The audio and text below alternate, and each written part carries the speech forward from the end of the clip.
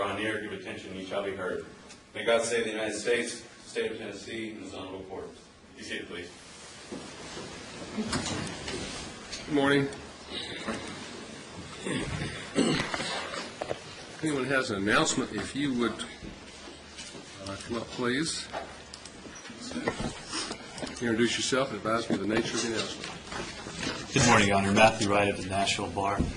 I've been retained as local counsel. This is number 60 on the no response docket. This is the plaintiff's motion for default judgment. No responsive pleading has been filed. The only thing I'm asking of the court today, given that the plaintiff is actually a California corporation, we have attached an affidavit stating the amount of damages. The damages are liquidated. It's a breach of contract promissory note, and we've stated the amount of damages is $5,629.28, and are asking the court to go ahead and enter that as a judgment amount. All right, so it's not against Alfred Murphy? It is against Alfred Murphy, yes, Your Honor. All right. So anybody here for Alfred Murphy? Be granted. Thank you. Thank you. Morning, Your Honor. I'm Phil Welty of the Gullet Sanford firm. Scott Derrick, I'm appearing for him on 4 motions on your response docket, numbers 18, 19, 61, and 62. That's motion to set, consolidate, strike jury demand, and strike a cross-claim.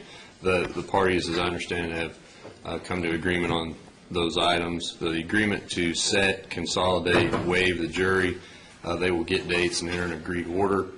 And with regard to the motion to strike the cross-claim, if you would strike that motion without prejudice at this time, they're still trying to see if they can get this matter resolved, and otherwise they'll get an agreed order in.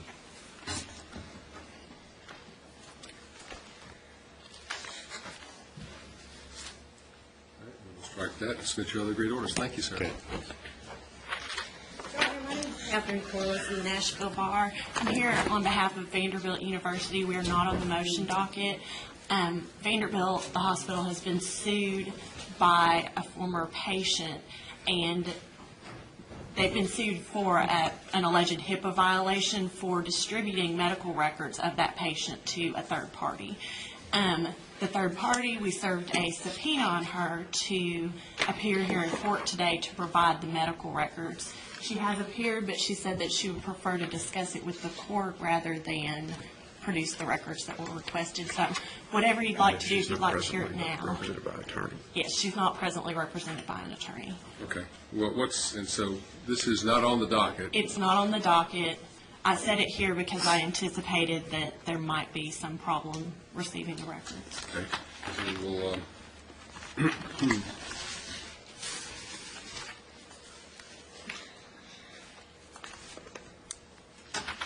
what's the docket number? The docket number is 04C3503.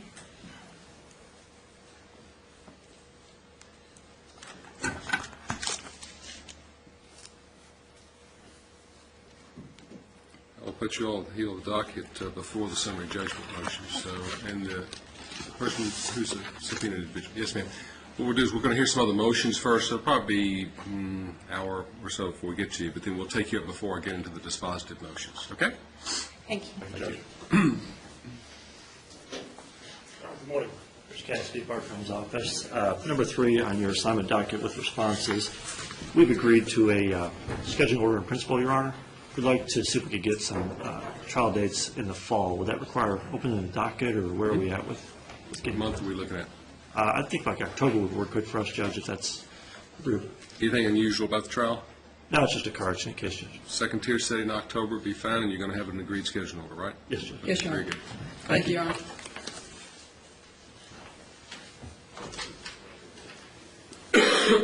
Your Honor, Brian Esser of the Nashville Bar. On the dispositive motion, docket number 25, Tiffany Jordan Johnson versus Meharry Medical College School of Dentistry and Erica McCoy. We had a motion for summary judgment. She is now representing herself. That's the first issue we need to discuss with you. I don't think she's here. No response was filed, but I thought I would come anyway. Right. There was no response filed, and the motion appears to be well taken on its face. The second issue, though... Jordan Johnson here? Okay. The second issue is that in the filing of the initial complaint by Bob Philp, who represented her at that juncture, he named a number of John Does 1 through 100. There's been no order dismissing those named defendants, so I was fearful that the clerk would not tax costs since those defendants were named in the complaint. In my I don't represent them, and I haven't entered an appearance for them, and nothing's happened for them. They're still out there somewhere. Yours is the last defendant, though, is that right? Last named defendant, except for the John Does. There yes, are no sir. other named defendants on it. Except for the John Does and the style and the body of the complaint. Grant the motion for summary judgment. Would you please, in the order, indicate that this applies to all the John Doe defendants as well, since there's been no indication of who those are? I will, Your Honor. All costs will be taxed to the plaintiff. I will, Your Honor. Thank you. Good morning, Your Honor. David Reisner for the Nashville Bar. I'm here on behalf of Al Stolte, number 41 on the non-response docket, Franks versus Scott. That's Mr. Stolte's motion to continue the jury trial and extension of the scheduling order. Mr. Stolte